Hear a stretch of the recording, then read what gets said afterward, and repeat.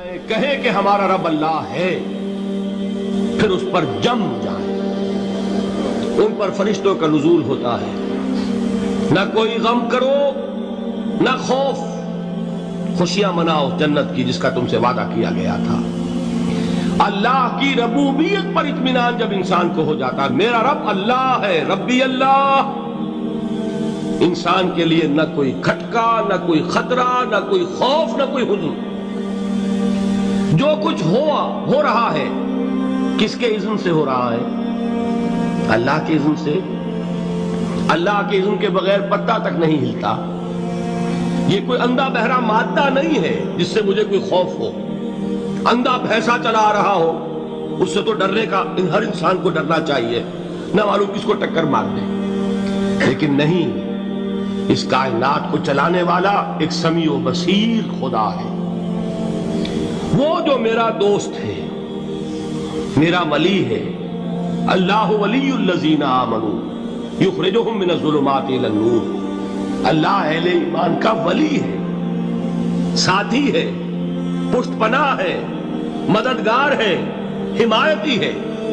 بتائیے جسے یقین ہو جائے کہ اللہ میرا مددگار، اللہ میرا محافظ، اللہ میرا پشت پناہ، اللہ میرا حمایتی، اس کے لیے کوئی خوف ہوگا؟ اس سے کوئی ڈر ہوگا؟ میں مثال دیا کرتا ہوں ایک بہت سادہ، پنجاب کے دیہات کی۔ وہ بڑا چودھری ہے اور کوئی غریب کسان ہے۔ اس غریب کسان کے جانوروں کو ہر وقت اندیشہ ہوگا چوری کا، کوئی میری بھینس کھول کر نہ لے جائے، کوئی میرا بیل کھول کر نہ لے جائے۔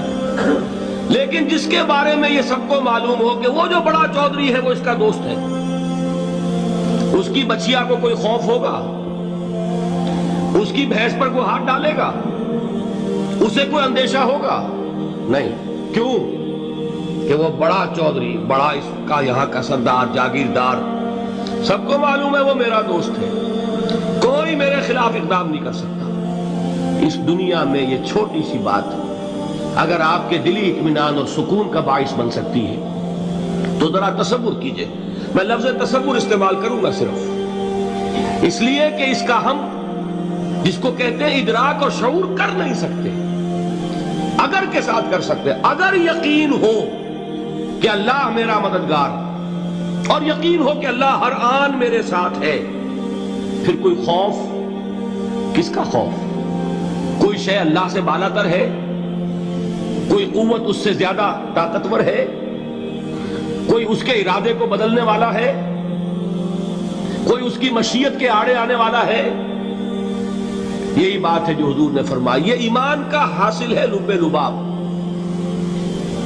کہ دیکھو اچھی طرح اس بات کو ذہن نشین کر لو، اگر تمام انسان مل کر تمہیں کوئی نقصان پہنچانا چاہے نہیں پہنچا سکتے، مگر جو کچھ اللہ نے لکھ دیا ہو، اور تمام انسان مل کر تمہیں کوئی نفع پہنچانا چاہے نہیں پہنچا سکتے، مگر وہ شے جو اللہ نے طے کر دی۔ آپ پھر میں کہوں گا ذرا طاری کیجئے، اسے فرض کیجئے، اسے سوچئے۔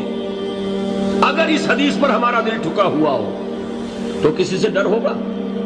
یہ مجھے نقصان نہ پہنچا دے، یہ میری رپورٹ خراب نہ کر دے، یہ میری انکریمنٹ نہ رکوا دے، یہ میرا یہ نہ بگاڑ دے، یہ میرے یہ نقصان نہ پہنچا دے۔ اس کا ڈر، اس کا ڈر، اس کا خوف، اس کی خوشامد، اس کے لیے جا کر طرح طرح سے اپنی عزت نفس کو ذلیل کروانا اس کے سامنے، یہ سب کچھ کیوں کرتا ہے انسان؟ جب سمجھتا ہے کہ اس کے ہاتھ میں میرا کوئی نفع ہے، اس کے ہاتھ میں میرے لیے کوئی ضرر ہے، یہ مجھے کوئی غضب پہنچا سکتا ہے، یہ مجھے کوئی نقصان پہنچا سکتا ہے، یہ میرا کوئی کام بنا سکتا ہے، یہ میری کوئی ضرورت پوری کر سکتا ہے، اسی کا نام شرک ہے۔ جہاں آپ نے یہ سمجھا کہ غیر اللہ کے اندر کوئی طاقت موجود ہے، وہی شرک ہے۔ بتوں سے تجھ کو امیدیں، خدا سے نومیدی، مجھے بتا تو صحیح اور کافری کیا ہے؟ شرک تو یہ ہے جس پر بھی تمہیں یہ خیال ہے، کلمہ ہے یہ کلمہ سوم، لا حول ولا قوت الا باللہ۔ ذرا اس پر دل کو کبھی اگر آپ تصور کریں، پھر فرض کریں، دل ٹھک جائے اس پر، کوئی طاقت نہیں۔ یہی بات تھی جو شیخ عبد القادر جیلانی رحمۃ اللہ علیہ نے اپنی وصیت میں اپنے بچے سے کہی. 11ویں دینے والے ہیں، لیکن حضرت شیخ عبد القادر جیلانی کی وصیت اور تعلیمات کو کتنے لوگ ہیں کہ جانتے ہو؟ یہ جن مقامات تک پہنچے ہیں وہ کس چیز کی بدولت پہنچے ہیں؟ انہوں نے جو پیغام دیا وہ کیا تھا؟ اے میرے بچے، جس طریقے سے قرآن مجید میں حضرت لقمان کی نصیحتیں جو ہے نقل کر دی گئی ہیں، میں یہ عرض کروں گا بالفرض اگر قرآن حضرت عبد القادر جیلانی کے بعد نازل ہوا ہوتا تو شیخ عبد القادر کی یہ نصیحتیں بھی قرآن میں درج ہوتی. اتنی اونچی نصیحتیں ہیں. اے میرے بچے، اس حقیقت کو ذہن نشین کر لے، لا فاعل فی الحقیقت ولا مؤثر الا اللہ. اس کائنات میں نہ کوئی فاعل حقیقی ہے نہ مؤثر حقیقی ہے سوائے اللہ. کسی شے میں کوئی تاثیر نہیں اگر اللہ نہ چاہے. آگ جلا نہیں سکتی اگر اللہ نہ چاہے. پانی ڈبو نہیں سکتا اگر اللہ نہ چاہے. زہر ہلاک نہیں کر سکتا اگر اللہ نہ چاہے. کوئی چیز فائدہ نہیں پہنچا سکتی اگر اللہ نہ چاہے. تو در در پہ کیوں سر جھکاتے ہو؟ در در پر کیوں جبیں سائی کرتے ہو؟ سب کے سامنے کیوں ہاتھ پھیلاتے ہو؟ ایک اللہ سے مانگو، ایک اللہ کے سامنے زمین پر اپنی جبین رکھو. لا فاعل فی الحقیقت ولا مؤثر الا اللہ. نظر آتا ہے ہمیں کہ پانی پیاس بجھا دیتا ہے. پیاس بجھانے کی صلاحیت پانی میں نہیں ہے، اللہ کے اذن سے. کھانا بھوک مٹا دیتا ہے، بھوک مٹانے کی صلاحیت کھانے میں نہیں ہے، اذن رب میں. دیکھیے یہی یقین تھا. حضرت موسیٰ علیہ السلام کا واقعہ یاد کیجئے. سامنے سمندر آ گیا ہے، قوم دیکھتی ہے پیچھے کہ گرد و غبار کا طوفان ہے. معلوم ہوا کہ فرعون اپنے لشکر سمیت آ گیا. لشکر جب چلتا تھا تیز رفتاری کے ساتھ تو گرد و غبار کا جو طوفان اٹھتا تھا اس کا تصور کیجیے. اور لمحہ بلمحہ وہ قریب آ رہا ہے.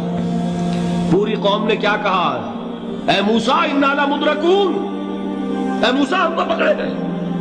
قرآن مجید میں تو یہاں وہ باتیں نہیں لکھی ہے، لیکن تورات میں یہ درج ہے کہ بنی اسرائیل جھگڑنے لگے، دست و گریبان ہو گئے موسیٰ کے ساتھ. موسیٰ نے یہاں مروایا لا کر، اس سے تو ہم ہی بہتر تھے. وہاں کھانے کو ملتا تھا، زندگی تو تھی، بیگار ہم کر رہے تھے، موت تو نہیں تھی. اب جو کچھ ہوگا اس کا تصور کرو، جس طریقے سے ہمارے ٹکڑے اڑائے جائیں گے. تو لڑ رہے ہیں حضرت موسیٰ علیہ السلام سے. یہ تورات کی تفصیل ہے. قرآن میں صرف اتنا آیا ہے، پریشان ہو کر انہوں نے کہا انا لمدرکون، موسیٰ ہم تو پکڑے گئے. اس وقت موسیٰ کا جواب کیا ہے؟ کلا ان معی ربی سیہدین. نہیں، میرے ساتھ میرا رب ہے، وہ راستہ دے گا. بتائیے کہاں راستہ نظر آ رہا ہے؟ یہ ہے ایمان بالغیب. راستہ نظر نہ آئے تب اللہ پر یقین ایمان ہے. جیب میں پیسے ہوں اور تب دل کو اطمینان ہے تو ایمان کس پر ہوا؟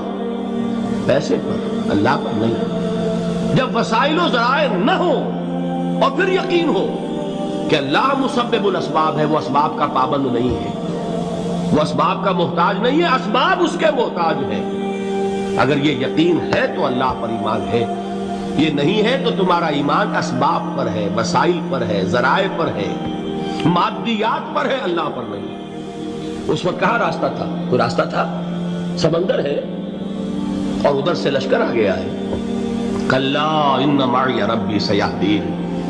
اب دیکھیے ایمان کہہ دینا آسان ہے، ہوا معکم اینما کنتم، جہاں کہیں بھی تم ہوتے ہو اللہ تمہارے ساتھ ہوتا ہے. لیکن اس کا یقین قائم ہو جائے تو زمین و آسمان کا فرق واقع ہو جائے.